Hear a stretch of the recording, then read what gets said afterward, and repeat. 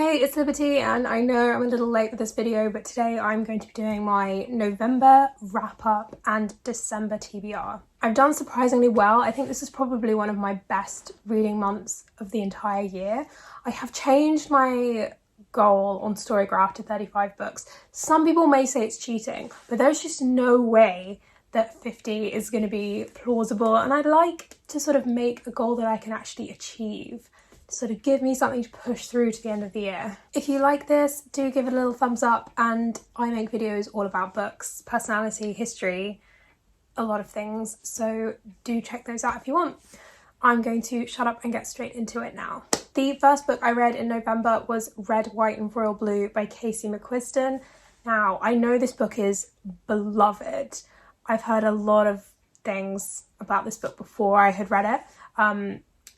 And it just didn't gel with me, and I feel really sad about that. For me, romances can be very hit and miss, especially YA, and I guess this one was just not for me. It is very well written though, and I see why people would love it. It is a sort of enemies to lovers romance between the son of the President of the United States and the sort of Prince Harry fictionalized Prince Henry of the British monarchy. They have to fake a friendship after they get caught fighting at a wedding, and thus things ensue. I read this as an audiobook, so maybe part of it might be to do with the person reading it. I don't know, it's hard to tell.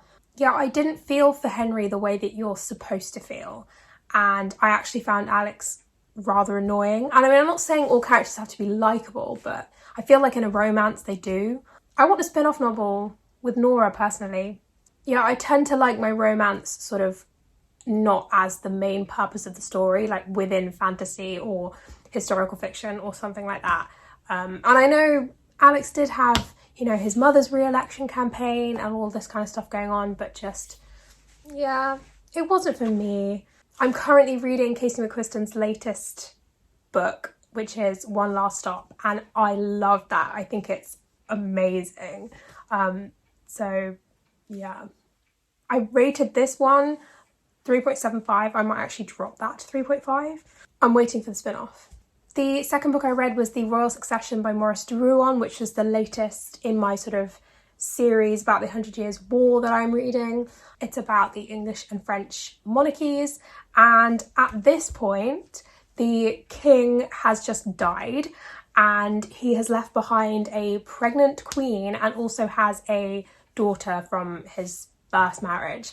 And it's all about who's going to be regent. There's sort of question of the succession because there's a question over the legitimacy of his daughter from his previous marriage. And so there are lots of people sort of vying for that regency position. And there's a pope that still hasn't been elected at this point. That is still going on. We mostly follow Philippe of Poitiers in this one. He's the oldest brother of the king that has just died, so you would think he would be the natural choice for regent, but, you know, everyone has their own ambitions. It was a good, solid read. I'm enjoying the series. I want to see more of Isabella, who is Philippe's sister and is currently Queen of England. I know she will come in because, obviously, like, I know that bit of English history. There's a lot that's going to happen. So I will be continuing with the series. I'm excited to finish it because, like, I know basics, but the intricacies of it and told in, like, fiction form, I am very excited for that. I think I gave it 3.5 stars on Storygraph. My next read is Shadow and Bone by Leigh Bardugo, and this is obviously the first book in the Grisha series, which is the YA series. I read Six of Crows Geology a couple of years ago. I watched the show on Netflix and loved it. So I sort of picked up the book as soon as I could. Alina Starkov is the main character, and she is serving in the Second Army, which is the sort of non-magical army of the Kingdom of Ravka. The first army is that of Grisha, which is people with different kinds of magic. She is set to cross the Shadowfold, which is this sort of large expanse of just darkness filled with monsters and all sorts of stuff, which divides Ravka into two. And when she's crossing, they sort of all get into danger. Alina sort of taps into this power she never knew she had. This leads her to a whole new life. She has to master this power, get to know this power. She is part of this plan to get rid of the Shadowfold and defeat it so that Ravka can be whole again. I really liked her as a protagonist. Alina was great, and actually there were great supporting characters too. I love the magic system. The Grisha have different orders based on all of the different powers that they have. Found that really intriguing. I was interested to find out that the first series only covers the first book of Shadow and Bone. Anyway, this got 4.25 stars on Storygraph. Next up is the final book in Hilary Mantel's Thomas Cromwell series, which is The Mirror and the Light. It's very long. It's very, very long.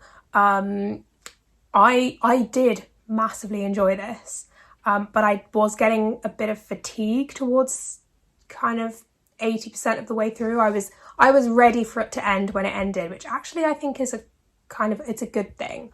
I think to be left wanting more can sometimes be as unsatisfying as when it's gone on for too long. I think this hit the right spot. It starts after the execution of Anne Boleyn in 1536 and it goes through to Cromwell's death in 1540. The main tensions in this novel are between Cromwell and his faction and the religious conservative faction of court led by the Duke of Norfolk. But then there's also tension between the sort of old families, those descended from the Plantagenets and Cromwell, who would maybe prefer Mary to be queen in the future along with one of their children.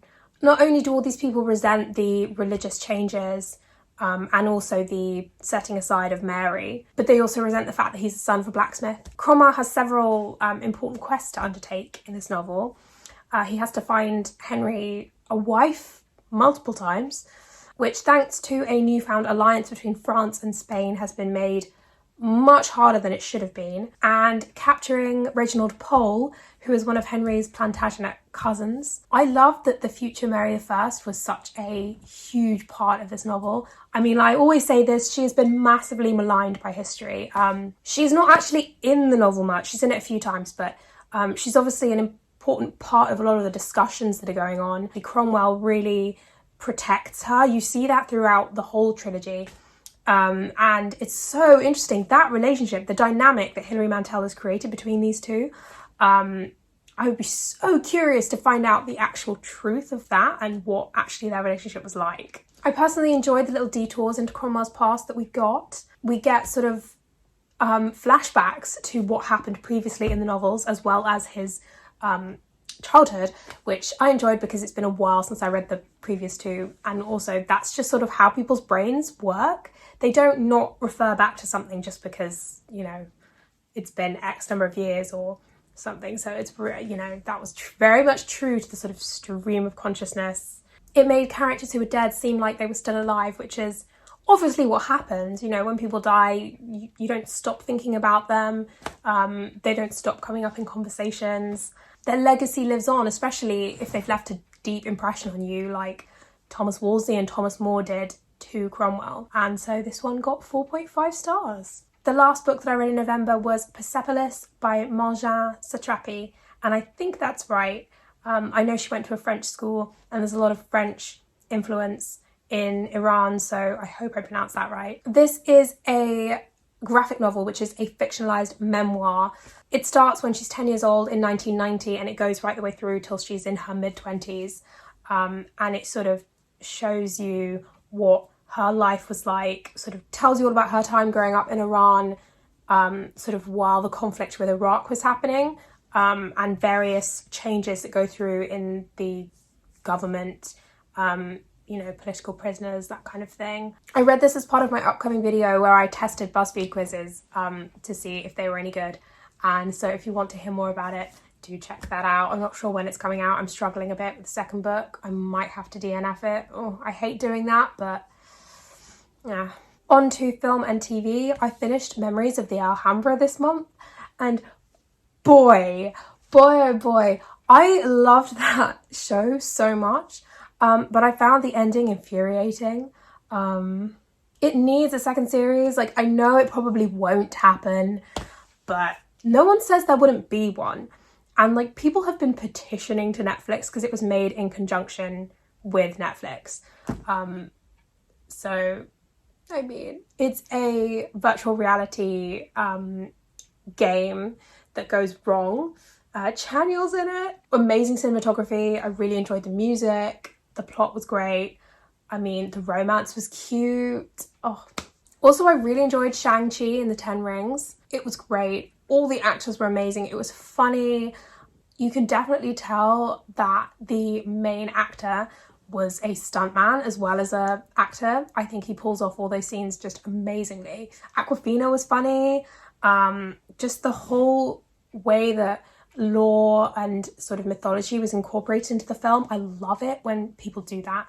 I think that was done really well. I like the fact that we're still getting origin stories however many years into the MCU. I think that is such a good idea to sort of start his story there. And he's going to be in Doctor Strange too, I'm assuming. So, and to music, my November music playlist dominated by Twice and Taylor Swift. They both released albums on the same day, and like I said they would, they were both amazing. It actually skewed, because I was listening to so much sort of album stuff, it skewed my most listened to because I wasn't repeating one song over and over again. So there are a lot of like repeated songs from October on here. So we also just had Spotify Wrapped, which was very interesting. I was apparently in the top 2% of music Spotify listeners in the UK. Not surprising. I listen to music a lot while I'm doing things, while I'm cooking, while I'm on the exercise bike, while I'm shopping, everything. Yeah, my consumption has gone up massively this year. Also, I was in the top 0.1% of EXO listeners. They were my top artist. Their discography is amazing. Like, I'm still working my way through it. There are still EXO songs that I haven't heard, which makes this doubly impressive. On to my December TBR. There are a few books that I want to finish before the end of the year. Obviously, I want to hit that 35 book target. And I think I will. I just got to push through a couple of things or DNF them and start something else, you know. The first is One Last Stop by Casey McQuiston. As I said earlier, because this is by the same author that wrote Red, White and Royal Blue, I am enjoying this so much. The main character in this novel is August, and she moves to New York to sort of finish college. She's moved around a bit, never really found where she's fit in before. She moves into an apartment with sort of a bunch of eclectic roommates. She has a job at a diner, she's adjusting slowly, and one day when she's on the train, she meets this girl who is just like attractive and cool, and like August is drawn to her straight away. They always end up taking the same train, and August very much sort of looks out for her, and seeing her becomes the best part of her day. And that is all I'm going to say, because I know that there is more in the blurb and like when you look this book up online, but I recommend you not do that, because I didn't know the sort of main premise of this book, because I listened to it as an audiobook on Scribd, and like I had heard people say good things about this, but like I hadn't read any blurbs or anything. Yeah, the main premise of this book and the sort of romance took me by kind of surprise, and I really liked that. The next is Sweet Thames by Matthew Neal. I know I've been reading this book for like 2 months now, but I keep getting distracted by other shiny things and putting it down.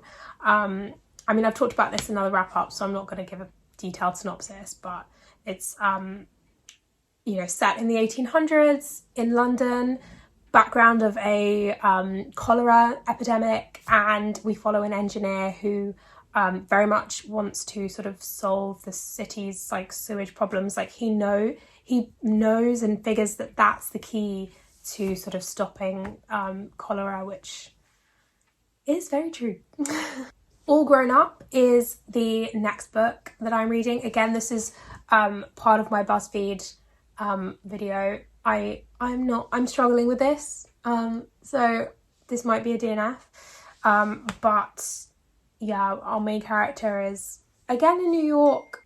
Andrea is 30 something, single, unmarried, no kids, and like she's okay with it. Other people seem to not be okay with it. This has kind of been pitched as the American Fleabag, and I see that. It's told in vignettes, which I'm quite enjoying that aspect of it, but it's just really depressing. I don't know if I can take it. Thank you for watching. That was my November wrap up and December TBR. I'm on target to meet my updated goal of 35 books. So wish me luck. Let me know if there are any books that you want to finish by the end of the year, what they are. And yeah, do like this video if you enjoyed it, and subscribe for more if that's what you want to do. Happy reading.